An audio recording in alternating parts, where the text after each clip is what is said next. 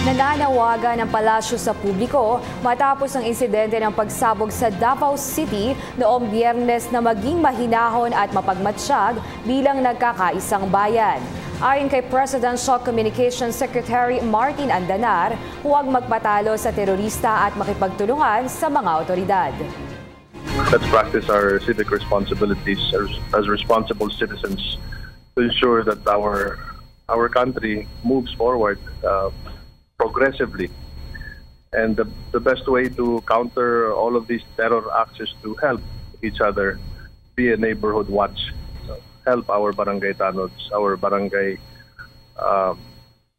kapitans, help our local government units, our police force, the armed forces of the Philippines.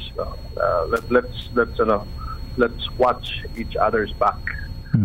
And kung meron kayo makitang mga suspicious acts, mga acts na hindi normal, isumbong ko natin agad sa security guard, sa otoridad, para tayo po ay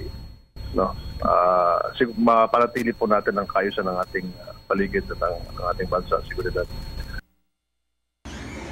Ako po si Cathy San Gabriel. Subscribe na sa PTV YouTube channel.